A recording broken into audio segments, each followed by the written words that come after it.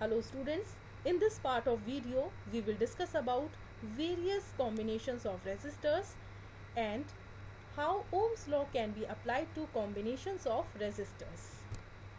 Resistors are joined in two ways, that is in series and in parallel combination. First we will discuss about resistors in series. When resistors are joined from end to end, they are said to be in series combination. You can see the diagram. Here three resistors are connected in series combination R1, R2 and R3. You can also see voltmeter is connected across the terminal X and Y. An ammeter is also attached and a plug key you can see in this diagram and the direction of current I. Now we will perform an activity. Join three resistors of different values in series. Connect them with a battery, an ammeter and a plug key. You may use the resistors of values like 1 ohm, 2 ohm, 3 ohm, etc. and a battery of 6 volt for performing this activity. Plug the key, note the ammeter reading. Change the position of ammeter to anywhere in between the resistors. Note the ammeter reading each time.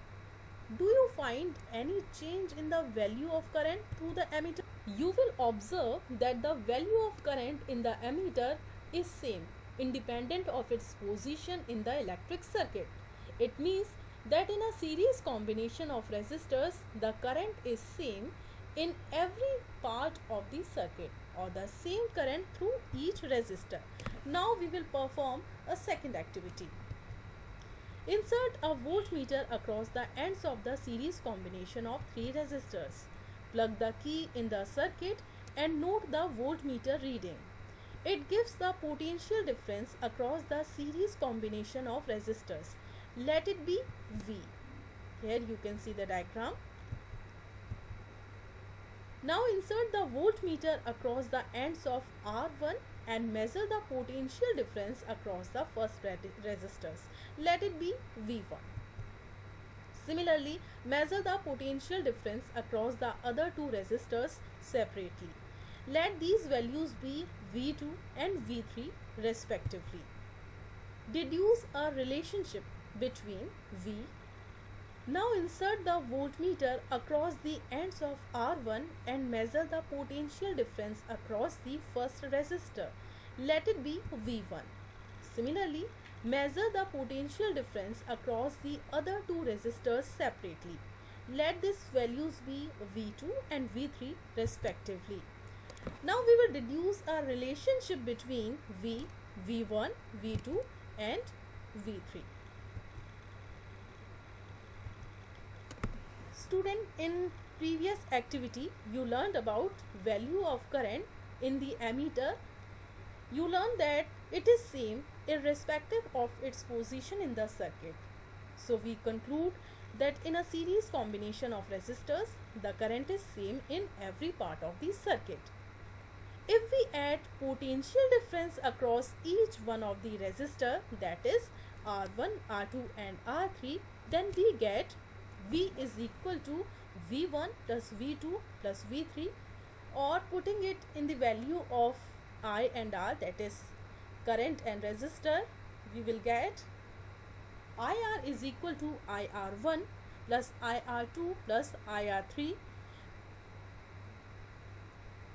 Now taking I common in both the sides and cancel it, we will get an equation R is equal to R1 plus R2 plus R3.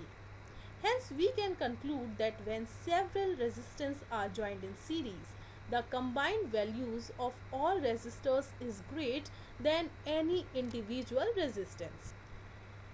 Hence we can conclude that when several resistors are joined in series, the combined value of all resistors is greater than any individual resistance. Now students, moving forward, we will study about resistors in parallel. When resistors are joined in parallel, they are said to be in parallel combination. In parallel combination, the potential difference across each resistor is equal to the voltage of the battery applied. When resistors are connected in parallel, the sum of the current flowing through all the resistance is equal to total current flowing in the circuit. Here you can see a diagram where current I is moving from positive terminal to negative terminal. You can see an ammeter, a plug key, a voltmeter which is connected in parallel. Now most important thing in this diagram, you will see a parallel combination of three resistors R1, R2 and R3. Now we will perform an activity. Make a parallel combination XY of three resistors having resistances R1, R2 and R3. Connect it with a battery, a plug key and an ammeter as shown. Also connect a voltmeter in parallel with the combination of resistors.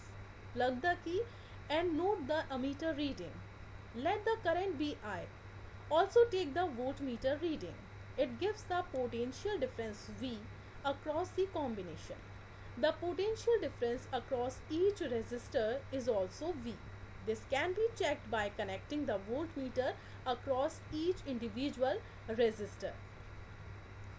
Take out the plug from the key. Remove the ammeter and voltmeter from the circuit. Insert the ammeter in series with the resistor R1 as shown in previous figure. Now note the ammeter reading I1. Similarly, measure the currents through R2 and R3. Let these be I2 and I3 respectively. What is the relationship between I, I1, I2 and I3? We get I is equal to I1 plus I2 plus I3 because values of current is different across each resistor. Or putting it in the values of potential difference and resistance, we get V by R is equal to V by R1 plus V by R2 plus V by R3. Now taking the value of V common both the sides and cancel it, we will get 1 by R is equal to 1 by R1 plus 1 by R2 plus 1 by R3.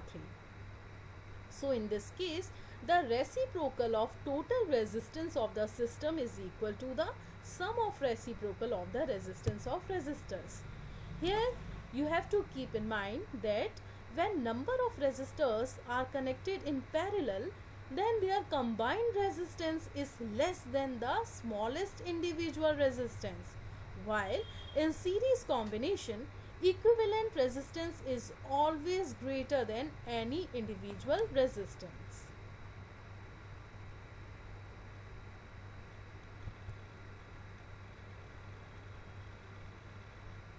Now we will see devices in series and parallel combination. There are two ways to connect multiple devices to a power source, series and parallel. Here you can see the difference between series and parallel combination.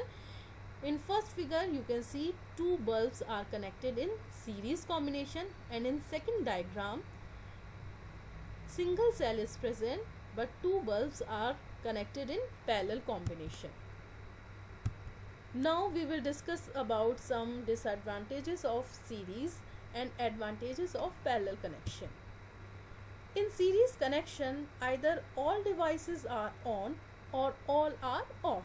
But in parallel connection, devices can be selectively switched on or off. In series connection, if one device fails, all devices will turn off. But in parallel combination, if one device fails, rest all work fine. In series connection, all devices will get same current, but in parallel connection, different devices need different current for proper working. That's why all devices like fan, TV, a refrigerator, bulbs are connected in parallel combination. That's all for this lecture. In next lecture, we will discuss about Joule's law of heating. Thank you, students.